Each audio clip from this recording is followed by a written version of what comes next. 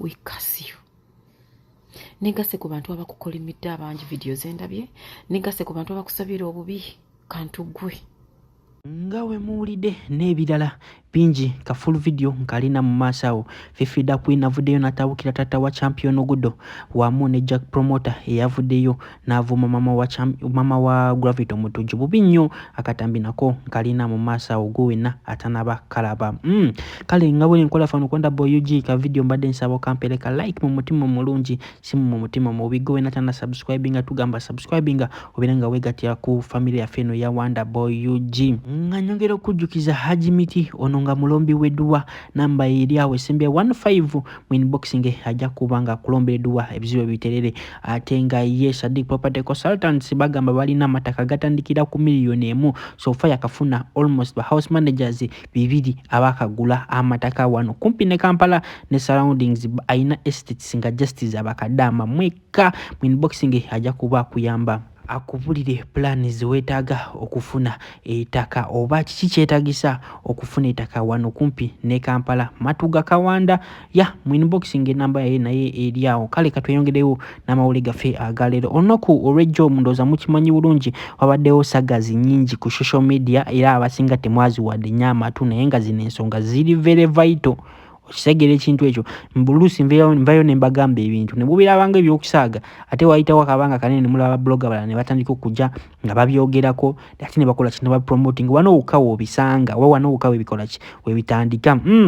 Oyo Jack Promoter yavuddeyo n'avuma mama wa Gravity ntino atunula ng'ekibe mundoza mwena mukimanya batamanyi Luganda kiri awo kiringa enkima kibi okisegera ekintu ng'ekyo tosobola very notandika ovuma mama w'omuntu mama wa celeb oyo Gravity no ayina sente by the way asobola okukima wona wooli n'akusiba ndowooza mujjukira saga yaliwo ku chicken bali mwezi honorable bani mwezi owanakawa we yavaayo n'amukwata n'amusiba okisegera ng'awayiriza bali mwezi tino kubanga promoting aki ebisiyaga kati abavubuka simanyi oba ufuna batya audacity okuvenera niyo kugera ku mama w'omuntu. Imagine mama w'omuntu ndoza mujjukira ne incident ya rape lwe bavayo ne bavuma mama we just yavayo n'atabuka osegere ekintu ng'ekyo tusobola kuvenera tandika ovuma mama wa muno ebyo nga mitadde mabbali yavuddeyo n'atangaza ne ku nsonga za Taata wa Champion Ogudo n'agamba nti oyo omusajja yeetaaga rehab era ayinza okuba nga mulalu nga tetumanyi kozi tato mutuufu tasobola kuvenera ninga okukola ebintu Taata wa Champion Ogudo byakola osegera ekintu ekyo tosobola venera ogenda musino ninga okumpitinga ne mutabaniwo lyrics zonna zirumba Champion Ogudo lyrics zonna zirumba Alien Skin kyokka Alien Skin yagala kala lifuba nnyo mutabaniwo akole ki abeere w'amaanyi osegera era nawulidde ne Alien Skin yapozinzeemu ku bagita batya ku show ya Return of Champion Ogudo kozi adde mukimanyi bulungi adde ne mission nga yagala okuzimbira mama wa Champion Ogudo ennyumba wano mu Kampala berenga awona obupangisa. Kale so olulire akatambika Fifi da Queen era mbirenga nkukomerawo n'amawulire amalala gotamanyi wano kwanda Boy UG tugamba nti no subscribinga kadde kaje mu personalize kateke mu all oberenga wegata ku family ya feno. Kale muwulire. Hudhu billahi mina shaitani rajim. Bismillahirrahmanirrahim. Alhamdulillah rabbil alamin. Ze Ajimiti omusomi w'ekitabo era omusomi w'edduwa. Nkosa kyoto kino ekyoto kino kiba kitagombolola. Lwaliro ku kyoto kuno kunyambira abantu bange. Buli muntu yenna alina ekizibu kye ojja ku kyoto kino n'osula akabani n'enkusabira. Buli alina ekizibu naddala mu abali e Bulaaya nompereza amanya. Naye nga sula mu kyoto kino n'enkusembera edduwa n'enkujjako ebizibu n'ebiba bikusumbuye. Walemererwa mirimu ki ddala mu abali e Bulaaya abali mu nsi muno mu Uganda abalemeddwa okufuna visa. Nantegeeza eri abana Adamu enkozesa nkofu ku kyoto kuno bamala okusindika enkofu eyo negenda ebanja amabanja gabakubanjiza gonna gwe yalema okufuna okuweebwa Haji Miti nkozesa amazzi ku nnyanja kuno kumulengera ku mazzi wano Haji Miti nga banyimidde olwaleero ngokumasira abana Adamu bompereza ebiwandiiko byonna bye bompereza ng'oli e Bulaaya mbikwata nembizinga ne mwandika kapapula nembisula mu nnyanja nensaba Allah gwensinza asumulule ebyo byeba bikulemeredde awa visa agifuna alemedde okufuna omusajja omulungi amufuna nsangibwa ku namba 0752 Guys, how are you? I believe it's a good evening home, yeah. Bagamba kibi nnyo okwogerera mu busungu ng'onyiize naye ate we are human beings. Wabayo omuntu akupushinga to the limit osooka n'ogamba kangumiikirize the fact nti tutegeera byanjawulo era tutegeerera ku level yanjawulo naye notuuka time n'ogamba I think this person has crossed line. Nze ne bamulekwa bannange abaafiirwako abazadde, we can understand the pain of not having a parent. There was a point mu bulamu bwange we nasabira Katonda ne mugamba kale maama wange yali sigadde nga mulema, ngoba yafuna accident n'amenyeka, taata wange n'afuna accident n'amenyeka, like naye nga tebaviiriddewo ddala. Kangenda mu mbeera yaabwe ne mbalabako ne nsekako nabo ne nyumyako nabo, naye nga tekisoboka. But that was my wish. I've seen a video of one fool. Ate bagamba Katonda tageera bubi. Naye nsaba Katonda ekyatwala omukono gw'oyo omusajja kidde kitwala obulamu. Nsaba Katonda kidde kitwala obulamu. Sometimes comment ne likes zibeemazaamu. Kyova oluli nakola video ne mbagamba nze sikyasaasira nnyo bantu, osanze yagwa eddalu, osanze mulema, osanze ayina default n'ogamba ye Mukama lwaki omuntu ono wamukola bwoti. Katonda aba yakiraba, Katonda aba n'ensonga ze, lwakubanga tuli baana b'abantu tetusobola kulaba bintu bya mwoyo na nsonga za Katonda. Baganda bange abalina obulemu ku mikono abafuna accident abali born naturally like that, I am sorry.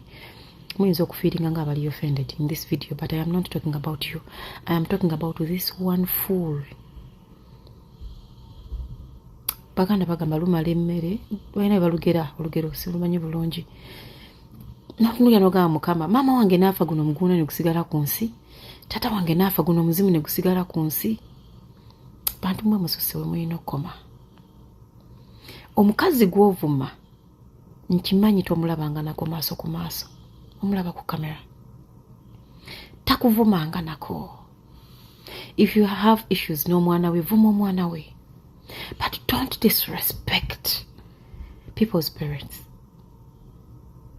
You don't know how much fabatabalina bwe tuwishinga nti yali baddewo nga tunulanga ensolo nga bw'omuyise naye nga mulina.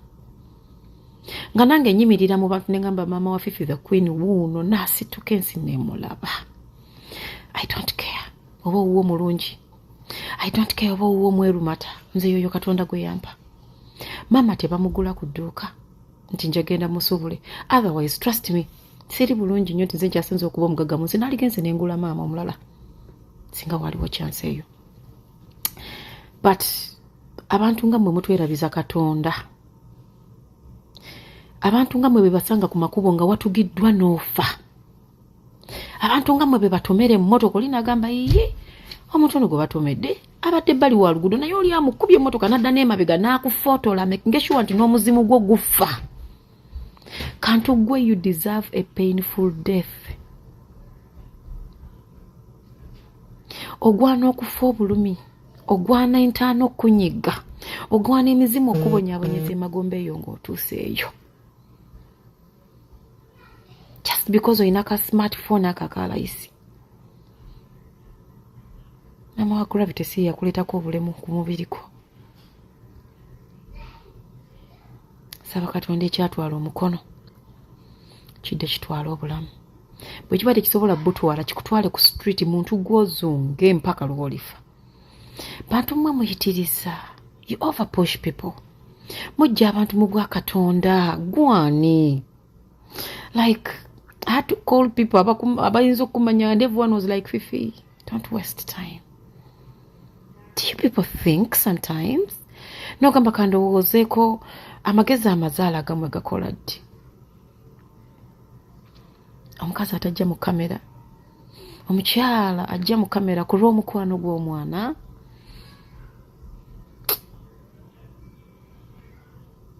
I wish I had powers on behalf of God. I wish. Nsaba Katonda akuggyeko buli kikuliko, akulekera obulamu ng'emikono tolina, amagulu tolina, kantu gw'obeera awo. I wish, I don't know. Olina omutima omubi. Nsaba Katonda akusasule bubi. How can you abuse a woman atalina kye yali akukoze, gw'otalina ky'omanyiiko kantu gwe? Do you people think? Do you people know nti waliwo obulamu obwaddala after social media? nawe olina baganda baabawala bagenda kuzaala abaana baabwe batuuke wantu enkyapa bavume. Oh God, we curse you. Negase ku bantu abakukolimidde abangi video zendabye, negase ku bantu abakusabira obubi, kantu gwe